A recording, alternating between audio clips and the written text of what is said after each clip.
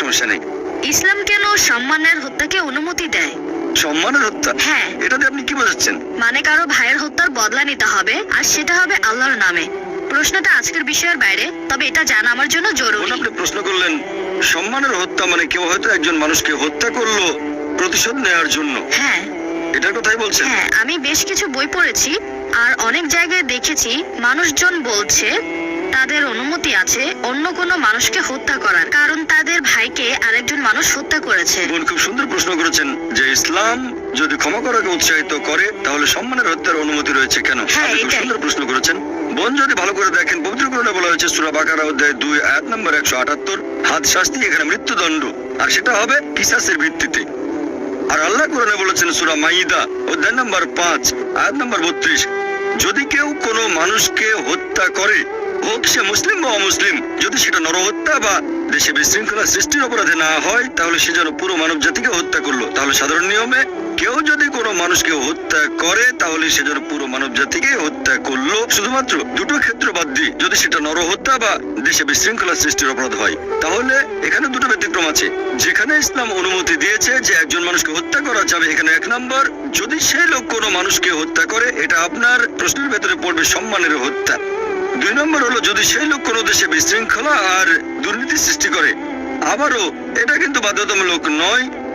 যদি কেউ আরেকজনকে হত্যা করে, এটা বাধ্যতামূলক নয় যে তাকে হত্যা করতে হবে। ইসলাম বলছে যে সেই নিহত লোকের আত্মীয় স্বজনেরা যদি রক্তমূল্য নিয়ে হত্যাকারীকে ক্ষমা করে দেয় তাহলে হত্যাকারী কোনো শাস্তি পাবে না। তবে সাধারণ পরিস্থিতিতে যেটা হয়, ধরেন কেউ আরেকজনকে হত্যা করেছে আর আমি চাচ্ছি তার মৃত্যুদণ্ড হোক, কারণ হত্যার অপরাধ, এটা শাস্তি হলো মৃত্যুদণ্ড। আমি আগেও বলেছি যে আগের ধর্মগুলোতে যেমন বাইবেল চোখের বদলে চোখ, দাঁতের বদলে দাঁত, এভাবে চলে এসেছে। এখানে আমরা বুঝতে পারছি যে ধরেন আমি একজন মানুষকে চিনি যে অন্য মানুষকে হত্যা করে, নিরীহ মানুষকে হত্যা করে, তাকে হত্যা না করলে সে তো মানুষদের হত্যা করতে থাকবে।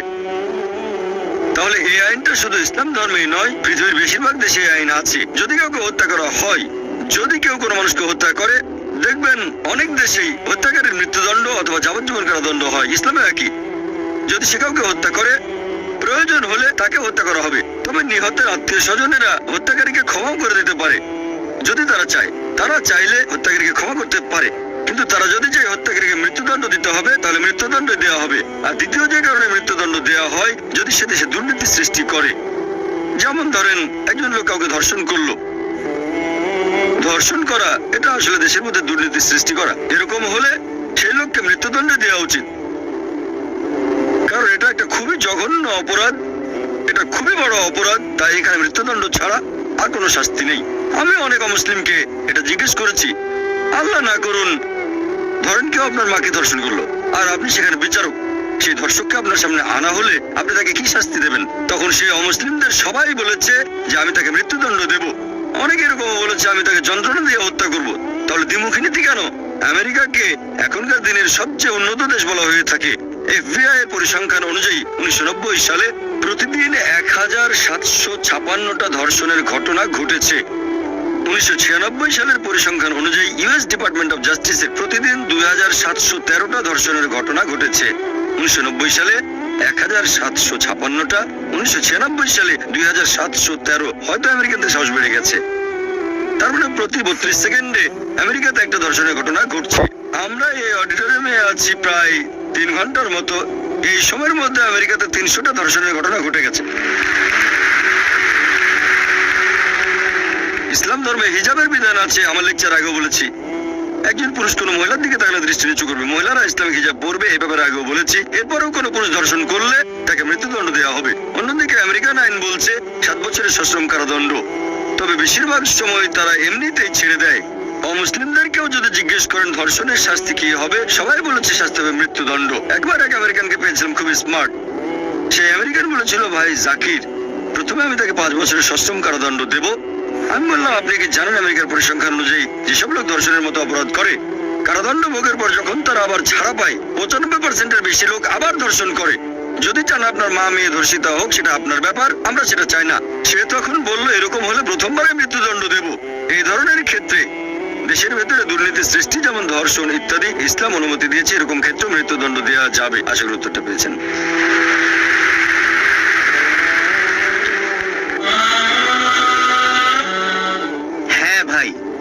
আসসালামু আলাইকুম স্যার, আমার নাম প্রবীণ কুমার। পেশায় আমি একজন কম্পিউটার প্রোগ্রামার। প্রথমে আমি আপনাকে আজকের এই সুন্দর লেকচারের জন্য আন্তরিক ধন্যবাদ জানাচ্ছি। আমার একটা প্রশ্ন হলো, আপনার লেকচার থেকে এটা একেবারে পরিষ্কার বোঝা যাচ্ছে যে ইসলাম ধর্মে যেসব আইন ও নিয়ম কানুন গুলো আছে সেই নিয়মগুলো খ্রিস্টান ধর্মেও আছে। তাহলে মুসলিমরা এবং খ্রিস্টানরা এই দুই পক্ষই কেন তাদের ধর্মের ভালো জিনিসগুলো মেনে চলছে না? ভাই খুব সুন্দর প্রশ্ন করেছেন, খুবই গুরুত্বপূর্ণ প্রশ্ন। এ ব্যাপারে আমার লেকচার আগেও কিছুটা বলেছি। খুব সুন্দর প্রশ্ন।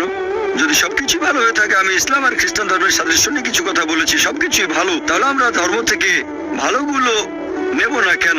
আমি ভালোগুলোই নিয়েছি। আমি খ্রিস্টান ধর্মের ধর্মগ্রন্থ বাইবেল থেকে ভালোগুলোই নিয়েছি।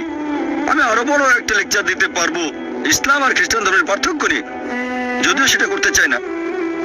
তবে বাইবেলের অনেক কথার সাথে আমি একমত নই, অনেক কিছুই। আর আমি এই ধর্মগ্রন্থ বাইবেলকে সামগ্রিকভাবে আল্লাহর বাণী মনে করি না। আমরা বিশ্বাস করি ইনজিল, যেটা নাজিল হয়েছিল যীশু খ্রিস্ট সাল্লাল্লাহু সাল্লামের উপর।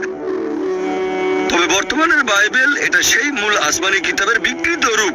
আসল কিতাবটা নাজিল হয়েছিল যীশু খ্রিস্টের উপর।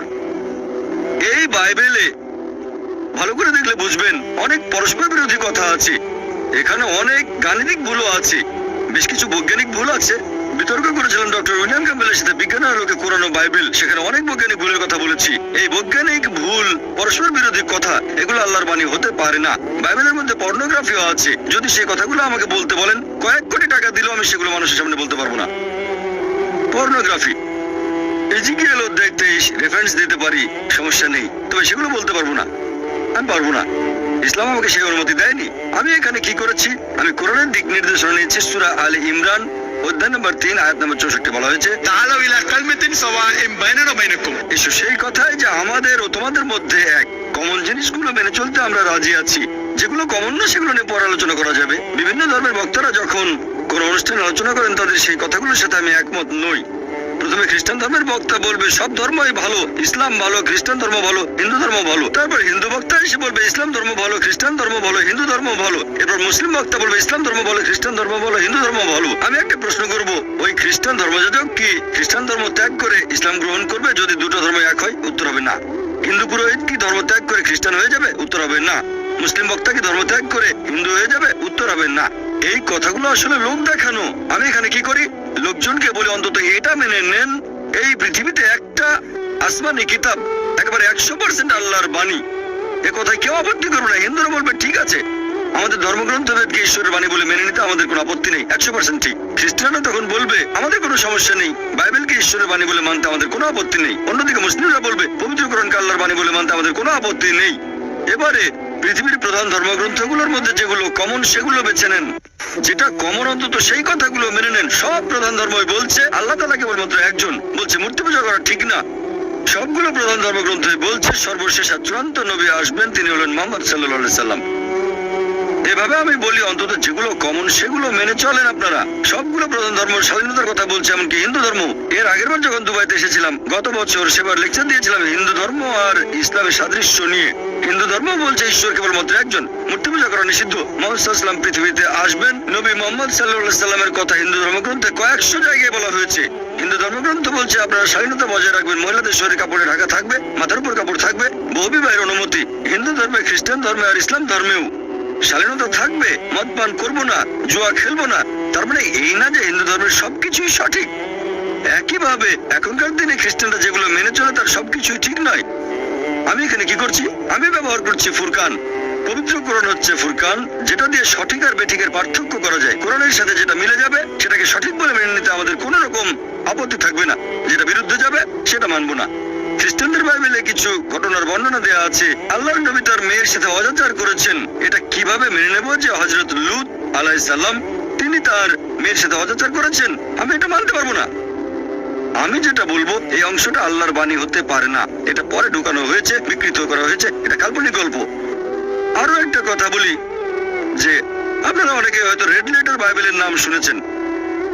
এটা একটা red letter Bible. Red letter মানে যীশু খ্রিস্টের নিজের বলা কথাগুলো এখানে লাল কালিতে লেখা আছে। সবগুলো এক করলে দেখবেন খবর কাগজের 2টো কলামের বেশি হবে না, খুবই সামান্য যীশু খ্রিস্টের কথা। আমি এখন বলবো আসলে অন্তত সেই কথাগুলো মেনে চলি যেগুলো কমন। তার মানে এই না যে আমি বাইবেলের সব কথা মেনে নিচ্ছি, কারণ এখনকার বাইবেল আগের সে অবিকৃত রূপে নেই। কেন? কারণ আগেকার সব ধর্মগ্রন্থ, এই কথা আমার লেকচারে বলেছি, এগুলো ছিল একটা নির্দিষ্ট সময়ের জন্য, নির্দিষ্ট গোত্রের মানুষের জন্য। এখন আমরা মেনে চলবো সর্বশেষ আর চূড়ান্ত আসমানি কিতাব অর্থাৎ পবিত্র কোরআন এবং সর্বশেষ আর চূড়ান্ত নবী মুহাম্মদ সাল্লাল্লাহু আলাইহি সাল্লামকে। হতে পারে আপনি জন্মেছেন ভারতে বা পাকিস্তানে, আমেরিকায়, যুক্তরাজ্যে, আরব আমিরাত বা সৌদি আরবে। আমরা মেনে চলবো সর্বশেষ ও চূড়ান্ত কিতাব পবিত্র কোরআন এবং সর্বশেষ ও চূড়ান্ত নবী মুহাম্মদ সাল্লাল্লাহু আলাইহি সাল্লামকে। আপনি ভালো জিনিসগুলো নেওয়ার কথা বললেন, আমি খ্রিস্টান ধর্মের ভালো জিনিসগুলো নিয়েছি। ইসলাম ধর্মের কথা যদি বলতে হয়, আমার জানা মতে এখানে কোনো খারাপ কিছু নেই। আপনি বের করে দেখান, তারপর আমি সেটার উত্তর দেব। আমি সবাইকে চ্যালেঞ্জ করছি, পবিত্র কোরআনে মাত্র একটা আয়াত দেখান যেটা মানবতার বিরুদ্ধে যায়। মুসলিমদের ভুল নিয়ে কথা বলবেন না, আমি এখানে মুসলিমদের নিয়ে বলছি না, আমি কথা বলছি ইসলাম ধর্মের পক্ষে। ইসলামকে বুঝতে চাইলে মুসলিমদের দেখবেন না, দেখবেন পবিত্র কোরআন এবং সহিহ হাদিস, আমাদের নবীর কথা। আমি সবাইকে চ্যালেঞ্জ করছি, কোরআন বা হাদিসের এমন একটা কথা দেখান যেটা মানবতার বিরুদ্ধে যায়। কিছু কথা শুনে আপনার মনে হতে পারে সেটা ভুল কথা, কারণ আপনি অনেক কম জানেন, পৃথিবীর অনেক পরিসংখ্যানই জানেন না। তবে ইনশাআল্লাহ আপনার কাছে ভুল মনে হলে সেটা স্বচ্ছন্দে আমাকে বলতে পারেন, আমি তারপর ব্যাখ্যা দেওয়ার চেষ্টা করব যে ইসলামে সেটা কেন আছে, সেটার কারণ আর তার পেছনের হিকমা। আশা করি উত্তরটা পেয়েছেন। আমাদের প্রশ্নোত্তর পর্ব চলতে থাকবে। এবারের প্রশ্ন সামনের মাইকের পুরুষদের মধ্য থেকে। আসসালামু আলাইকুম ডক্টর নায়েক, আমার নাম নবী, আমি পেশায় একজন ইঞ্জিনিয়ার। খ্রিস্টানদের বাইবেলে অধ্যায় 53 এখানে একজন নিপীড়িত দাসের কথা বলা হয়েছে, যে দাস কষ্ট ভোগ করেছে, অত্যাচারিত, ক্ষতবিক্ষত, যে মারা গেছে, সে তার জীবন দিয়েছে মানুষ জাতির সবার করা পাপ কাজের জন্য। আপনি কি আমাদের বলবেন এখানে ঈশ্বরের এই দাস আসলে কে? ধন্যবাদ। ভাই বাইবেলের উদ্ধৃতি দিলেন বুক অফ আইজায়া যে আল্লাহর একজন রাসূল আসবেন, তিনি মানুষের পাপের জন্য মারা যাবেন ইত্যাদি এরকম কথা। খ্রিস্টানদের মধ্যে অনেকে এরকম মনে করে যে এখানে যীশু খ্রিস্টের কথা বলা হয়েছে, অনেকেই মনে করে। ভাই আপনি এটাও দেখতে পারেন, বাইবেলে বলা হয়েছে বুক অফ ইজেকিয়েল অধ্যায় নম্বর 18 অনুচ্ছেদ 20 বলা হয়েছে যে ব্যক্তি পাপ করবে সে মারা যাবে। অনেকে এটার উদ্ধৃতি দেন, যে ব্যক্তি পাপ করবে সে মারা যাবে। তবে মিশনারিরা এখানে থেমে যান না, এখানে শেষ না। পুরো অনুচ্ছেদটা বলছে যে ব্যক্তি পাপ করবে সে মারা যাবে। পিতা তার পুত্রের পাপের শাস্তি ভোগ করবে না, পুত্র তার পিতার পাপের শাস্তি ভোগ করবে না। ভালো লোকের ধার্মিকতা তার নিজের হাতে, মন্দ লোকের কাজও তার নিজের হাতে। তবে সেই মন্দ লোক যদি বদলে গিয়ে সরল পথে চলে আসে তাহলে সে মরবে না। তাহলে পাপ অন্যের ঘাড়ে দেওয়া যায় না। এটা আসলে চার্চের বানানো কথা, এটা আদি পাপের গল্প। চার্চ এই আদি পাপ সম্পর্কে বলে যে আদম এবং হাওয়া তারা শান্তিতে থাকুন, তারা নিষিদ্ধ ফল খেয়েছিলেন, সে কারণে মানুষ পাপের ভেতরে জন্ম নেয়। এই কারণে নাকি আল্লাহ পাঠিয়েছেন তার প্রিয় পুত্রকে, জাতপুত্র যীশু খ্রিস্ট আলাইহিস সালামকে। তারপর গসপেল অফ জন অধ্যায় 3 অনুচ্ছেদ 16, ঈশ্বর পৃথিবীকে এত ভালোবাসেন যে তিনি তার একমাত্র জাতপুত্রকে দিলেন, যে তাকে বিশ্বাস করবে সে বিনষ্ট হবে না বরং অনন্ত জীবন পাবে। আমি সংক্ষেপে বলার চেষ্টা করছি, খ্রিস্টানরা এটা বিশ্বাস করে। এবার আমি আদি পাপের বিষয়টা নিয়ে বলছি। এই আদি পাপের কথা বাইবেলের কোথাও খুঁজে পাবেন না আপনারা, এটা প্রচার করছে খ্রিস্টান চার্চ। বুক অফ ইজেকিয়েল অধ্যায় 18 অনুচ্ছেদ 20 বলছে যে ব্যক্তি পাপ করবে সে মারা যাবে। পিতা তার পুত্রের পাপের শাস্তি ভোগ করবে না, পুত্র তার পিতার পাপের শাস্তি ভোগ করবে না। মন্দ লোকের মন্দ কাজ তার সাথে, ভালো লোকের ধার্মিকতা তার নিজের হাতে। তবে সে মন্দ লোক যদি বদলে গিয়ে সরল পথে চলে আসে সে তাহলে মরবে না। তাহলে এটার ভিত্তিতে ইজেকিয়েল অধ্যায় 18 অনুচ্ছেদ 20 এটা আদি পাপের যুক্তিকে খণ্ডন করে, যেটা প্রচার করে থাকে চার্চ। পবিত্র কোরআনে বলছে একজন মানুষ অন্য আরেকজনের পাপের শাস্তি ভোগ করবে না, অন্য কেউ শাস্তি পাবে না। পাপের দায়ভার হস্তান্তর করা যায় না। হাওয়া আদমকে নিষিদ্ধ ফল খেতে প্ররোচিত করেছিলেন, আদম নিষিদ্ধ ফল খেলেন, তারা দুজনে শান্তিতে থাকুন। আদম আলাইহিস সালামকে আমাকে জিজ্ঞেস করেছিলেন সেই ফল খাবার আগে, জিজ্ঞেস করেছিলেন না? তাহলে আমি দায়ী হব কেন? আমাকে জিজ্ঞেস করলে যদি সম্মতি দিতাম তাহলে আমাকে পাকড়াও করতে পারতেন। এখন আদম আলাইহিস সালাম নিষিদ্ধ ফল খাওয়ার আগে আমাকে জিজ্ঞেস করেননি, তাহলে আমাকে দায়ী করা হবে কেন? আল্লাহ এরকম অবিচার করবেন কিভাবে? আল্লাহ পবিত্র কোরআনে বলেছেন সূরা নিসা অধ্যায় 4 আয়াত নম্বর 40, আল্লাহ সুবহানাহু ওয়া তাআলা তার বান্দার উপর অনুপরিমাণে জুলুম করেন না, পাপ অন্যের উপর দেওয়া যায় না। এখন আপনি হয়তো বলবেন এখানে যীশু খ্রিস্টের কথা বলা হয়েছে, এটা পুরোপুরি ভুল।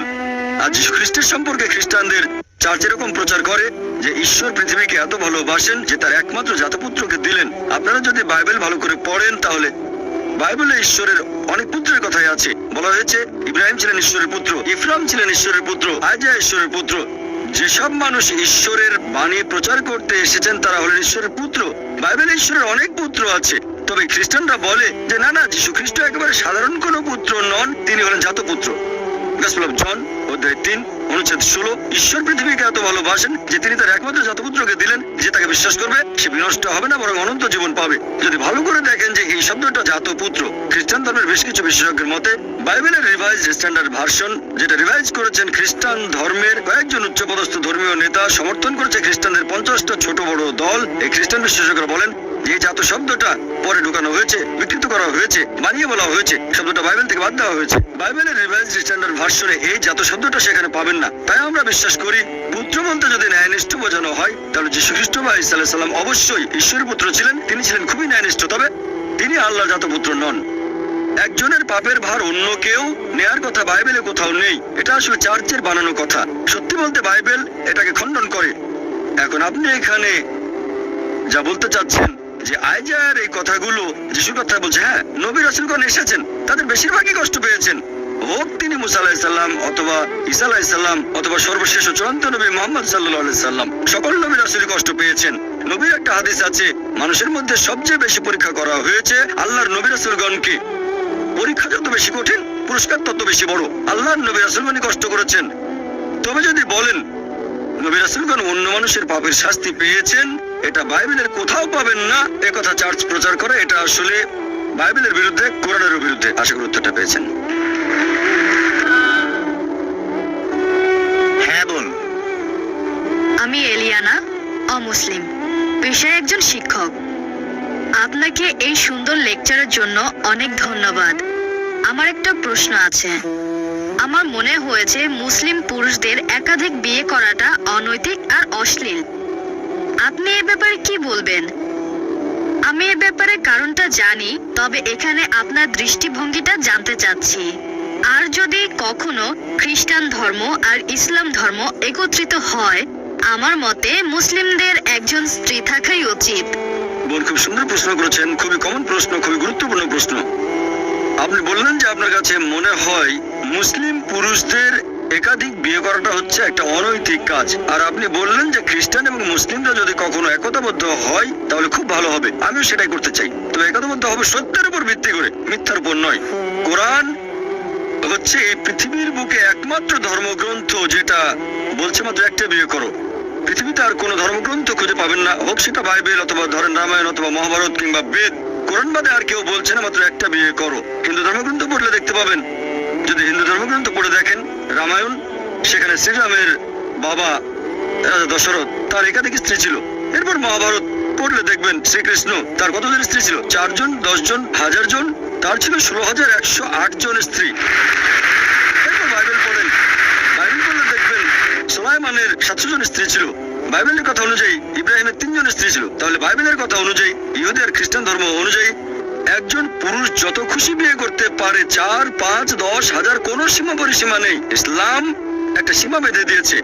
কোরআন বলছে সূরা নিসা অধ্যায় নম্বর 4 আয়াত নম্বর 3, তোমার পছন্দের নারীদের বিয়ে করো 2, 3 বা 4 জনকে, তবে যদি সুবিচার করতে না পারো তাহলে একটা বিয়ে করো। হিন্দু ধর্ম অনুযায়ী, খ্রিস্টান ধর্ম অনুযায়ী একজন পুরুষ যতজন নারীকে ইচ্ছে বিয়ে করতে পারে, 1 জন, 5 জন, 10 জন, 20 জন, 1000 জন, 10,000, কোনো সীমা নেই। ইসলাম বলছে পছন্দের নারীদের বিয়ে করো 2, 3 বা 4 জন, তবে সুবিচার করতে না পারলে মাত্র একটা বিয়ে করো। তাহলে ইসলাম বলছে সুবিচার করতে পারলে একাধিক বিয়ে করবেন, তা না হলে করবেন না, আর সুবিচার করতে পারলে সর্বোচ্চ 4 জন। এবারে আসুন দেখি কোরআন কি বলছে। পবিত্র কোরআনে সূরা নিসা অধ্যায় 4 আয়াত নম্বর 129, স্ত্রীগণের প্রতি সুবিচার করা কঠিন, সেজন্য তাদের থেকে পুরোপুরি মুখ ফিরিয়ে নিও না। অনেকের মনে এরকম ভুল ধারণা আছে যে ইসলামে 4 জন স্ত্রী থাকা বাধ্যতামূলক। এটা বাধ্যতামূলক না, একাধিক স্ত্রী রাখার ব্যাপারটা ঐচ্ছিক ব্যাপার, এটা মুবাহ। তবে যদি একাধিক বিয়ে করেন আর সুবিচার করতে না পারেন তাহলে সমস্যা পড়ে যাবেন। এবার আসুন দেখি এর পেছনে কারণটা আসলে কি। আমি এখানে কারণটা বলছি, তারপর আপনি চাইলে পাল্টা প্রশ্ন করতে পারেন। লজিক্যাল কারণটা যে ইসলাম ধর্ম কেন কিছু পুরুষকে একাধিক বিয়ে করার অনুমতি দিয়েছে। এখন ভালো করে দেখলে বুঝতে পারবেন যে ছেলে আর মেয়ে সন্তান জন্মায় সমান অনুপাতে। তবে শিশু বিশেষজ্ঞদের জিজ্ঞেস করে জানতে পারবেন, শিশুদের রোগের উপর যারা বিশেষজ্ঞ তারা এটা বলবেন যে মেয়ে শিশুরা ছেলে শিশুর চেয়ে রোগ জীবাণুকে ভালোভাবে প্রতিরোধ করতে পারে, তাই শিশুকালে মেয়েদের তুলনায় বেশি ছেলে শিশু মারা যায়। তারপরে সময় বয়ে যায়, মানুষ মারা যায় ধূমপানের কারণে, তারপর মারা যায় বিভিন্ন রকম অসুখ বিসুখে, মারা যায় মদ পানের কারণে, মারা যায় যুদ্ধে, অ্যাক্সিডেন্টেও মারা যায়। এসব জায়গায় তো মহিলাদের চেয়ে বেশি পুরুষ মারা যায়। যদি এখনকার দিনের পৃথিবীর দিকে তাকান, পৃথিবীতে এখন মহিলাদের সংখ্যা পুরুষদের চেয়ে অনেক বেশি, পুরুষের তুলনায় মহিলার সংখ্যা বেশি। তৃতীয় বিশ্বের কিছু দেশ এটার ব্যতিক্রম, যেমন আমার নিজের দেশ ভারত, সেখানে মহিলাদের সংখ্যা পুরুষদের চেয়ে কম। এটার প্রধান কারণ হলো মেয়ে ভ্রূণ হত্যা করা আর মেয়ে শিশু হত্যা করা। যদি মেয়ে ভ্রূণ আর মেয়ে শিশু হত্যা করার মতো অশুভ কাজটা বন্ধ করা হয়, তাহলে ভারতেও একসময় মহিলার সংখ্যা অনেক বেশি হয়ে যাবে পুরুষের তুলনায়। এখনকার পরিসংখ্যান অনুযায়ী শুধু নিউ ইয়র্কে পুরুষের তুলনায় মহিলার সংখ্যা বেশি প্রায় 10 লক্ষ। শুধুমাত্র আমেরিকাতে পুরুষের তুলনায় মহিলাদের সংখ্যা বেশি 78 লক্ষ। শুধু জার্মানিতে পুরুষের চেয়ে মহিলা বেশি 50 লক্ষ। শুধু যুক্তরাজ্যে পুরুষের তুলনায় মহিলা বেশি 40 লাখ। শুধু রাশিয়ায় পুরুষের চেয়ে মহিলা বেশি 90 লাখ। আর এটা আল্লাহ শুধু ভালো জানেন পুরো পৃথিবীতে পুরুষের তুলনায় মহিলার সংখ্যা কতজন বেশি। আর ধরেন তর্কের খাতিরে আপনার কথা মেনে নিলাম যে একজন পুরুষ মাত্র একজন মহিলাকে বিয়ে করবে। আর ধরেন আমার বোন থাকে আমেরিকায় আর সেখানে সব পুরুষ বিয়ে করে ফেলেছে, অথবা ধরেন আপনার বোন থেকে আমেরিকায় আর সব পুরুষই সেখানে বিয়ে করে ফেলেছে। প্রত্যেক পুরুষ একজন করে মহিলাকে বিয়ে করেছে। তারপরও আমেরিকাতে 78 লক্ষ মহিলা থাকবে যারা পাবে না জীবন সঙ্গী। তখন এই 78 লক্ষ মহিলার সামনে যে পথটা খোলা থাকবে যে হয় তারা এমন কাউকে বিয়ে করবে যার একজন স্ত্রী আছে, নয়তো হবে জনগণের সম্পত্তি। লোকে হয়তো বলবে জনগণের সম্পত্তি? ভাই জাকির, এটা তো কঠিন কথা। এটাই সবচেয়ে ভদ্র ভাষা যেটা আমি বলতে পারি। এর চেয়ে ভদ্র ভাষা আমার জানা নেই।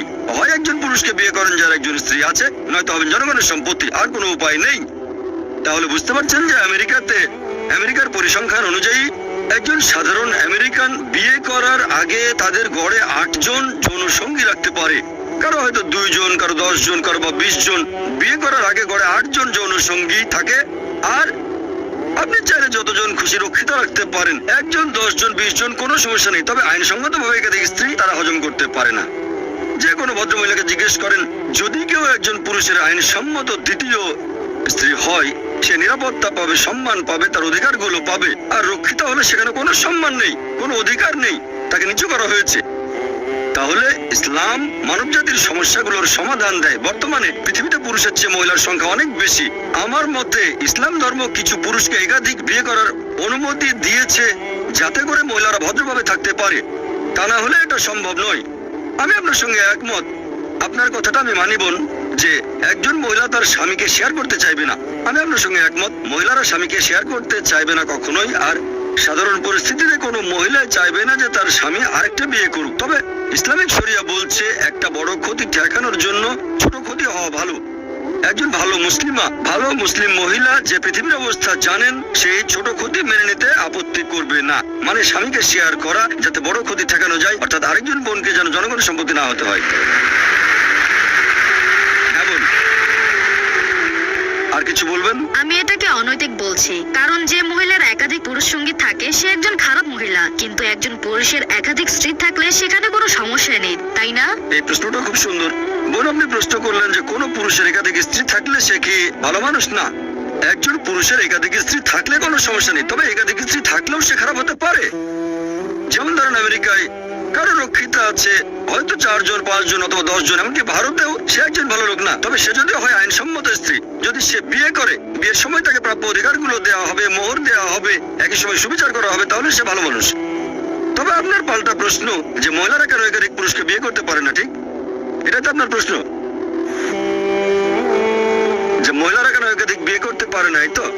আসলে আমি বলতে চাচ্ছি, যদি মহিলাদের সংখ্যা কমে যায় আর পুরুষের সংখ্যা বেড়ে যায়, তাহলে একজন মহিলার 2-3 জন স্বামী থাকতে পারে। সুন্দর প্রশ্ন করেছেন যে যদি এরকম হয়, তবে আল্লাহ সুবহানাহু ওয়া তাআলা আমাদের সৃষ্টিকর্তা, তিনি অনেক ভালো জানেন আমাদের চেয়ে, তিনি আমাদের স্রষ্টা। এখানে কারণটা হচ্ছে আল্লাহ মহিলাদের শক্ত করে বানিয়েছেন। মহিলারা মেডিকেলি পুরুষের চেয়ে অনেক বেশি শক্ত। এটা কি জানেন? আমি একজন মেডিকেল ডাক্তার। মেডিকেলি মহিলারা পুরুষের চেয়ে অনেক বেশি দিন বাঁচে। আমরা ভাবি পুরুষের শক্তি বেশি, শরীরের জোরটা একটু বেশি, তবে মেডিকেলি মহিলাদের শক্তি বেশি। মহিলারা অনেক দিন বেশি বাঁচে। মহিলাদের গড়ায়ু পুরুষের আয়ুর চেয়ে কয়েক বছর বেশি। শিশুকালেও মেয়েরা তুলনায় কম মারা যায়। এবার আপনার প্রশ্নটা নিয়ে বলি যে ইসলাম পুরুষদের অনুমতি দিয়েছে তারা একাধিক বিয়ে করতে পারে, কিন্তু এখানে মহিলাদের একাধিক বিয়ের অনুমতি দেওয়া হয়নি কেন? কারণটা হচ্ছে একজন পুরুষের যদি একাধিক স্ত্রী থাকে, যদি সন্তান জন্ম নেয়, আপনি সহজেই বুঝতে পারবেন সেই সন্তানের বাবাকে আর মাকে। তবে একজন মহিলার যদি একাধিক স্বামী থাকে, যদি সন্তান জন্ম নেয়, তাহলে মাকে খুঁজে পাবেন, বাবাকে বের করতে পারবেন না।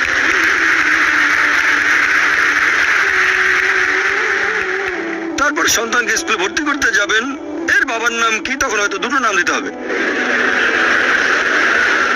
এখন মেডিকেল বিজ্ঞান অনেক উন্নত হয়েছে, যেমন ডিএনএ, জেনেটিক কোডিং। এখন বলতে পারবো বাবাকে আর মাকে, এখন সেটা আগে সম্ভব ছিল না। ইসলাম পৃথিবীতে আছে স্বর্ণাতীতকাল থেকে, এটা একমাত্র কারণ নয়, এছাড়াও আরো কিছু কারণ আছে।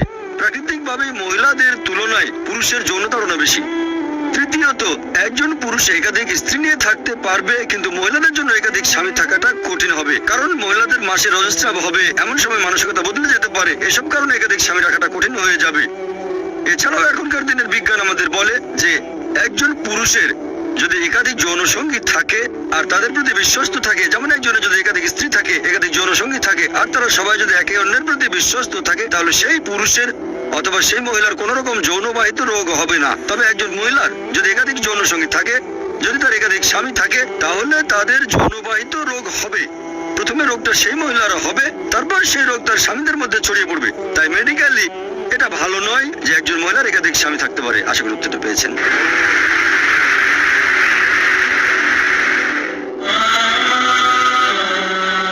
আর কোনো প্রশ্ন? Good evening doctor Zakir. আমার নাম মেরিল ডিসুজা, বোম্বে থেকে এসেছি। প্রথমেই আপনার এই সুন্দর লেকচারের জন্য অনেক ধন্যবাদ। আরেকটা কথা না বলেই পারছি না, গত কয়েক বছর ধরে আমি টেলিভিশনে মোটামুটি নিয়মিতভাবে আপনার লেকচারগুলো শুনি। কলেজে ভর্তি হবার পরে আমি আপনার লেকচারগুলোর সাথে পরিচিত হই। আজকে আমি আপনাকে একটা প্রশ্ন করতে চাই, তার আগে আমি দুইটা বিষয়ে কথা বলবো। আপনি আজকে লেকচারে বলেছেন, একটা হলো ঈশ্বরের সাথে কাউকে শরীক করা, এটা পাপ কাজ, এটা সবচেয়ে বড় পাপ। দ্বিতীয় বিষয়টা হলো প্রার্থনা করার নিয়ম।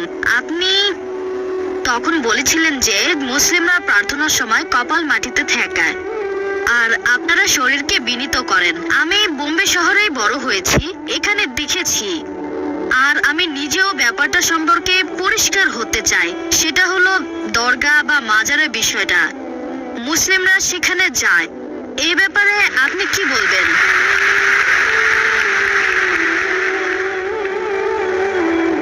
বোন খুব সুন্দর প্রশ্ন করেছেন, আর এবারে প্রশ্ন করেছেন মুসলিমদের নিয়ে। খুবই সুন্দর প্রশ্ন। আপনি বলেছেন যে ইসলাম ধর্মে যদি আল্লাহর সাথে অন্য কাউকে শরীক করা সবচেয়ে বড় পাপ হয়, আর প্রার্থনার সবচেয়ে সেরা নিয়ম হলো সিজদা করা। কিন্তু দরগাগুলোতে কি হয়? মানুষজন দরগায় যায়, সেখানে সিজদা করে, সেটা ঠিক না ভুল? এটা ছিল আপনার প্রশ্ন। বোন, আমি আপনার সঙ্গে একমত। আমার লেকচারের কথাগুলো আপনি পরিষ্কার আর সঠিকভাবে বুঝতে পেরেছেন যে আল্লাহ তাআলার সাথে কাউকে শরীক করা, সেটা যেই করুক, সেটা ভুল। হোক সে মুসলিম বা অমুসলিম, এটা ঠিক না। তার নাম যাই হোক না কেন, জন, আব্দুল্লাহ, জাকির, মোহাম্মদ, যদি কেউ আল্লাহর সাথে অন্য কাউকে শরীক করে, সে সবচেয়ে বড় পাপ করছে। আর আমরা সিজদা করবো শুধুমাত্র আল্লাহ সুবহানাহু ওয়া তাআলাকে। যদি কেউ আল্লাহ ব্যতীত অন্য কাউকে সিজদা করে, সে শিরক করছে, আল্লাহর সাথে অন্য কাউকে শরীক করছে। তাহলে একজন মানুষ যদি কোনো কবরের কাছে যায় আর সেই কবরকে সিজদা করে, সেই কবরকে ইবাদত করে, তাহলে সেটাই সবচেয়ে বড় পাপ, হোক সে মুসলিম বা অমুসলিম, যে নামে পরিচয় দিক। ধন্যবাদ। বোন, আরো একটা প্রশ্ন করবেন? আচ্ছা, যেহেতু আমাকে একটা সুযোগ দিয়েছেন, তাই এই বিষয়ের উপরেই আরেকটা প্রশ্ন করি, কারণ আমি এগুলো করতে দেখেছি। আর আপনি বললেন যে কোনো মানুষ, হোক সে মুসলিম, খ্রিস্টান বা হিন্দু, যে করুক, এটা শিরক। এখন আপনার কাছে আমার প্রশ্ন যে আমি যেমনটা দেখেছি এরকম প্রচুর আছে, আমরা সবাই তাদেরকে জানি মুসলিম হিসেবে, এরা দরগায় যায়। এখন এ ব্যাপারে আপনি কি বলবেন? এখন মুসলিম এই আরবি শব্দটা সম্পর্কে বলতে গেলে, সত্যিকারের মুসলিম যে আল্লাহর কাছে নিজের ইচ্ছাকে সমর্পণ করে, সত্যিকারের মুসলিম কখনো কোনো কবরকে সিজদা করবে না। আমি বিষয়টা জানি, বলবো না যে ভুল বলেছেন, আপনি ঠিকই বলেছেন।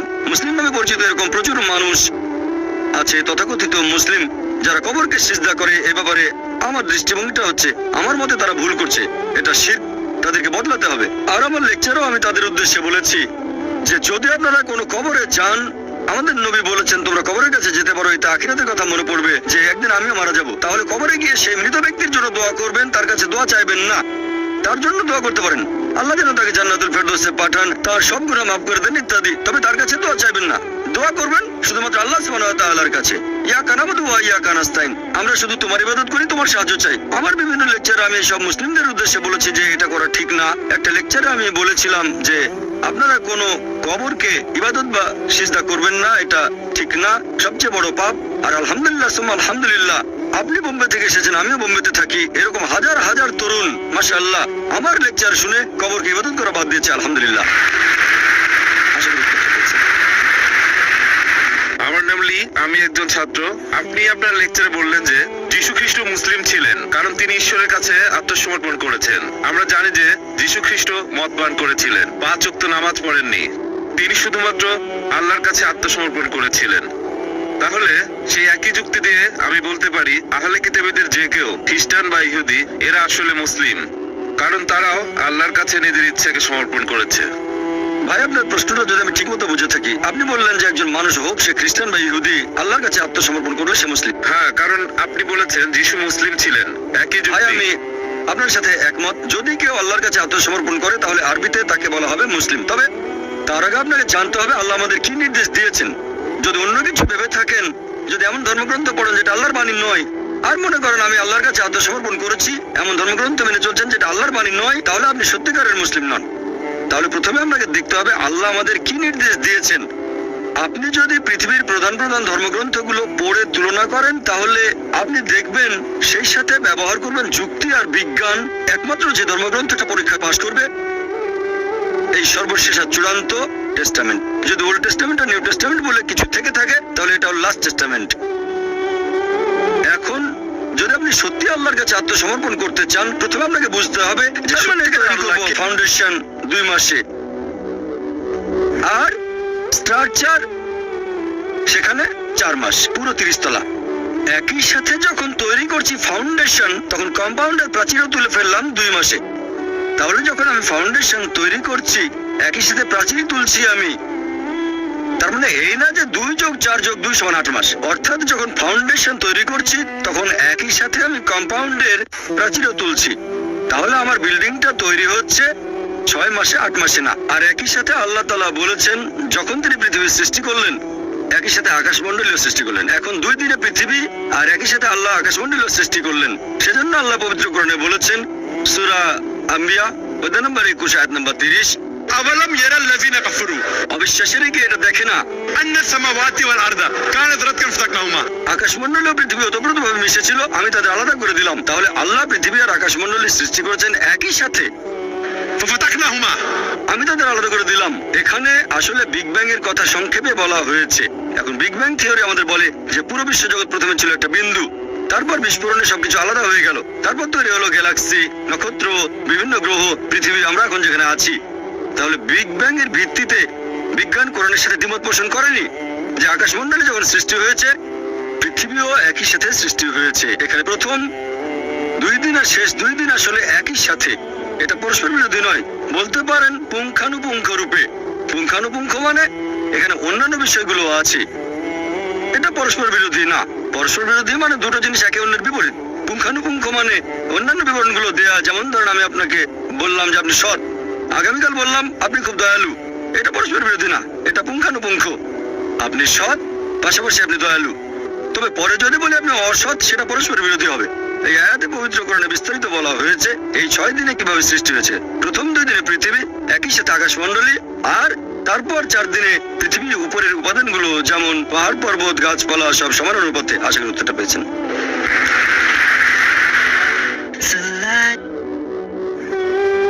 হ্যাঁ ভাই, আমার নাম মহেশ, বোম্বে থেকে এসেছি। আমি গত 6 বছর ধরে দুবাই আর অন্যান্য দেশে আপনার লেকচার শুনতে গিয়েছি। আজকেও আপনি খুব সুন্দরভাবে বিভিন্ন বিষয় নিয়ে কথা বললেন। আমি খালিস টাইমসে ইসলামিক ফোকাস নিয়মিতভাবে পড়ি, আর আমি পবিত্র কোরআন পড়েছি যখন সৌদি আরবে ছিলাম। আপনি কি একটু ব্যাখ্যা করে বলবেন যে তাকওয়া জিনিসটা আসলে কি, আর কোরআনের সূরা আল ফাতিহা? ভাই মাশাআল্লাহ, ভাই মহেশ বোম্বে থেকে এসেছেন, আমিও থাকি বোম্বে। আপনি আমার লেকচার শুনছেন 6 বছর ধরে। আরেক বোনও বললেন মাশাআল্লাহ তিনিও কয়েক বছর ধরে আমার লেকচার শুনছেন। আপনি প্রশ্ন করলেন যে তাকওয়া জিনিসটা কি। তাকওয়া মানে ধার্মিকতা, আল্লাহকে মেনে চলা এবং ন্যায়নিষ্ঠতা। একটা হাদিস আছে তাকওয়া সম্পর্কে বলছে, এটা অনেকটা এরকম, আপনি হাঁটছেন একটা জঙ্গলের মধ্যে, গাছপালায় অনেক কাঁটা আছে, আপনি ভয় পাচ্ছেন আপনার পোশাক সেই কাঁটায় বেঁধে যেতে পারে, সেজন্য আপনি খুব সাবধানে আপনার পোশাকটা বাঁচিয়ে সেই কাঁটায় ভরা জঙ্গলের মধ্য দিয়ে হাঁটছেন। তাকওয়া হচ্ছে এরকম, মূলত এটা হচ্ছে আল্লাহকে মেনে চলা, ধার্মিকতা, ন্যায়নিষ্ঠতা, এই হচ্ছে সংক্ষেপে তাকওয়া শব্দের মানে। আমি এখন আপনাদের দাওয়াত দিচ্ছি, যেহেতু আপনি আমার লেকচার গুলো দেখেছেন আর শুনেছেন গত 6 বছর ধরে, আরেক বোনও শুনেছেন কয়েক বছর, দুজনেই থাকেন বোম্বে শহরে, আমি আপনাদের দাওয়াত দিচ্ছি, আমন্ত্রণ জানাচ্ছি এই দ্বীনুল হকে, এই সত্যের ধর্মে। আমি আল্লাহর কাছে দোয়া করছি আপনাকে যেন আল্লাহ হিদায়াত করেন, আর ইনশাআল্লাহ আল্লাহ তাআলা যেন আপনাদের হিদায়াত করেন, আপনিও যেন তাকে অর্জন করতে পারেন, মানে আল্লাহকে মেনে চলা আর ধার্মিকতা। আশা করি উত্তরটা পেয়েছেন। হ্যাঁ ভাই, আপনি বাইবেলের উদ্ধৃতি দিতে গিয়ে একেবারে শাব্দিক অর্থ করে ফেলেছেন যে বাইবেল আমাদের এই শিক্ষা দিচ্ছে। আর আমি যতটুকু জানি যে গত কয়েকশো বছর ধরে বাইবেলের বিভিন্ন রূপক গল্প, সেগুলোর শাব্দিক অর্থগুলো এখন আর ধরা হয় না, এর পেছনের অর্থটাই হলো আসল। আমার প্রশ্নটা হলো যে ইসলাম ধর্মে কি এরকম কিছু করার চেষ্টা হয়েছে যেখানে শাব্দিক অর্থটা ধরা হবে না, বরং এর পেছনের অর্থটাকে গ্রহণ করা হবে? কোরআনে যেসব কথা বলা হয়েছে। ভাই, আপনি প্রশ্ন করলেন যে আমি বাইবেলের উদ্ধৃতি দিয়েছি আর সবকিছুর শাব্দিক অর্থ করেছি, তবে গত কয়েকশো বছর ধরে রূপক অর্থগুলো নেওয়া হচ্ছে। রূপক গল্প কোরআনেও আছে, পবিত্র কোরআনে রূপক আছে। আর কোনো কথা যদি কোরআনে বলা হয়, অনেক সময় দেখা যায় যে একটা শব্দের অনেকগুলো মানে আছে। যদি একটা শব্দের 5-6টা অর্থ হয়, হতে পারে সবগুলোই সঠিক, অথবা হয়তো একটা অর্থই ধরতে হবে। তবে তার মানে এই না যে পবিত্র কোরআন একটা কথা বলছে আর আপনি অন্য অর্থ ধরে বসলেন। পবিত্র কোরআনে রূপক গল্প আছে, অনেক রূপক গল্প পবিত্র কোরআনে, তবে তার মানে এই না যে শাব্দিক অর্থ কোরআনের বিরুদ্ধে যাবে। তাহলে কোরআন যেটা বলছে, বাইবেল যেটা বলছে, যেমন মূল যে ইনজিল, যীশু খ্রিস্টের উপর যে আসমানি কিতাব নাজিল হয়েছিল, সেটা পাঠানো হয়েছিল দিক নির্দেশনা হিসেবে, সেটা উল্লেখ করা হয়েছে, সেটা মেনে চলতে হবে। হ্যাঁ, অনেক সময় হতে পারে যে অন্য আরো কিছু অর্থ হয় আর সেগুলো সঠিক, তার মানে এই না যে সাধারণ যে অর্থটা সেটা বাদ দিতে হবে। হ্যাঁ ভাই, বলেন। আমি উদাহরণ দিচ্ছি, যেমন আপনি লেভিটিকাসের উদ্ধৃতি দিয়েছেন আমাদের পোশাকের ব্যাপারে, যেটা আছে খ্রিস্টান ধর্মে। তবে পরবর্তীতে যীশু খ্রিস্ট বলেছেন শুধু শালীনতা বজায় রাখতে, আমরা শালীন হয়ে চলবো। এখনকার দিনে খ্রিস্টানরা শাব্দিক অর্থটা নাও নিতে পারে, পুরো শরীর ঢাকছে না, অথবা তারা ঢিলাঢালা পোশাক পরছে না। আমরা আধুনিক সমাজে বাস করি, এখানে শালীনতার অর্থ অন্যরকম হতে পারে, এইরকম আর কি। খুব সুন্দর, আমি আসলেই আপনার প্রশ্নটা পছন্দ করেছি। আপনারা প্রশ্ন করলে আমি উত্তর দেওয়ার যথাসাধ্য চেষ্টা করব। ভাই একটা উদাহরণ দিলেন যে আমি লেভিটিকাস থেকে বলেছি, আসলে লেভিটিকাসের উদ্ধৃতি না, বলেছিলাম ডিউটেরোনমি অধ্যায় 22 অনুচ্ছেদ 5, যেখানে শালীনতা সম্পর্কে বলা হয়েছে 1 তিমথি অধ্যায় 2 অনুচ্ছেদ 9, তারপর 1 করিন্থিয়ান্স অধ্যায় 11 অনুচ্ছেদ 5 থেকে 7 শালীনতা। এখন আপনি আমাকে বলছেন বাইবেলে যীশু খ্রিস্ট যখন বলছেন শালীনতা বজায় রাখতে হবে, এখানে শাব্দিকভাবে হলেও তিনি পোশাকের কথা বলেননি, বলেছেন সমাজের শালীনতার কথা। এটা হচ্ছে আপনার ব্যাখ্যা বাইবেল সম্পর্কে। আসুন দেখি যীশু খ্রিস্ট নিজের মুখে কি বলেছেন। যীশু খ্রিস্ট তার নিজের মুখে বলেছেন, গসপেল অফ ম্যাথিউ অধ্যায় নম্বর 5 অনুচ্ছেদ 17 থেকে 20, এটা ভেবো না যে আমি নবীগণের বিধি ব্যবস্থা ধ্বংস করতে এসেছি, আমি ধ্বংস করতে আসিনি, বরং পূরণ করতে এসেছি। আকাশমণ্ডলে পৃথিবী লোপ না হওয়া পর্যন্ত এই বিধি ব্যবস্থার বিন্দু বিসর্গ লোপ হবে না, সবই পূরণ হবে। কেউ যদি এসব আদেশের মধ্যে সামান্য আদেশ অমান্য করে আর অন্যকে তা করতে শেখায়, তাহলে সে স্বর্গরাজ্যে তুচ্ছ বলে গণ্য হবে। আর যারা এই বিধি ব্যবস্থা পালন করে আর অন্যকে তা করতে শেখায়, তারা স্বর্গরাজ্যে মহান বলে গণ্য হবে। যদি তোমাদের ন্যায়নিষ্ঠতা শিক্ষক আর ফরিসীদের ন্যায়নিষ্ঠতা থেকে বেশি না হয়, তাহলে তোমরা স্বর্গরাজ্যে প্রবেশ করতে পারবে না। এখানে আমি কিং জেমস ভার্সনের অনুবাদটা পড়ে শোনালাম, মেমোরি থেকে বললাম। এটা কিং জেমস ভার্সনের বাংলা অনুবাদ, গসপেল অফ ম্যাথিউ অধ্যায় নম্বর 5 অনুচ্ছেদ হচ্ছে 17 থেকে 20। তাহলে যীশু খ্রিস্ট বলেছেন যদি এই বিধি ব্যবস্থা সামান্য আইন অমান্য করেন, যেটা আছে ওল্ড টেস্টামেন্টে, আপনি তাহলে স্বর্গরাজ্যে ঢুকতে পারবেন না। এখন ওল্ড টেস্টামেন্টে বলা হয়েছে মহিলারা এমন কোনো পোশাক পরবে না যেটা পুরুষেরা পরে, আর পুরুষেরা এমন কোনো পোশাক পরবে না যেটা মহিলারা পরে থাকে। আর আপনি আমাকে বললেন যে ভাই জাকির, এটা আসলে শাব্দিক অর্থ। এখন সমাজ বদলে গেছে, আর যীশু খ্রিস্ট বলেছেন তিনি শান্তিতে থাকুন। যদি বিধি ব্যবস্থা সামান্য আইন অমান্য করেন, তাহলে বেঁচতে যেতে পারবেন না। এখন আপনি কি বলবেন যীশু খ্রিস্ট আমাদের ভুল পথে পরিচালিত করার জন্য এসেছেন? মোটেই না। তিনি পরিষ্কার বলেছেন আকাশমণ্ডল পৃথিবী লোপ না হওয়া পর্যন্ত এই বিধি ব্যবস্থার বিন্দু বিসর্গ লোপ হবে না, সবই পূরণ হবে। এটা আসলে পরে প্রচার করেছে পল, সেন্ট পল, যিনি নিজেই নিজেকে যীশু খ্রিস্টের শিষ্য বলে দাবি করেন, তিনিই বলেছেন দেখো বিধি ব্যবস্থাকে ক্রুশবিদ্ধ করা হয়েছে। এটা পলের শিক্ষা। যীশু খ্রিস্ট কখনো এরকম শিক্ষা দেননি। কাকে বিশ্বাস করবেন, যীশু খ্রিস্টকে বিশ্বাস করবেন নাকি সেন্ট পলকে? তারপর যীশু খ্রিস্ট আরো বলেছেন, যদি তোমাদের ন্যায়নিষ্ঠতা শিক্ষক আর ফরিসীদের ন্যায়নিষ্ঠতার চেয়ে বেশি না হয়, যদি ইহুদিদের চেয়ে উন্নত না হও, স্বর্গরাজ্যে প্রবেশ করতে পারবে না। তার মানে বাইবেলের ওল্ড টেস্টামেন্টে যেসব কথা বলা হয়েছে, শুকরের মাংস খাবে না, স্বাধীনতা বজায় রাখবেন, সবকিছু মানতে হবে। এজন্য আপনি দেখবেন যে চার্চে যারা নান সিস্টার, তাদের পোশাক মুসলিম মহিলাদের মতো। আপনি কি মা মেরির কোনো ফটোগ্রাফ দেখেছেন? তার পুরো শরীর ঢাকা, মাথায় কাপড়, কবজি পর্যন্ত ঢাকা, পায়ের গোড়ালি পর্যন্ত। আমি জানি না ভবিষ্যতে কি হবে, আল্লাহ জানেন। মা আমেরিকা হয়তো স্কার্ট পড়তে হতে পারে, আপনাদের ভাষায় এটাই উন্নতি। তবে আসলে তার পুরো শরীর ঢাকা। নানদের ব্যাপারটা একই রকম, নানদের পুরো শরীর ঢাকা কেন? আর ইসলাম ধর্মে মুসলিম মহিলারা নানদের মতোই।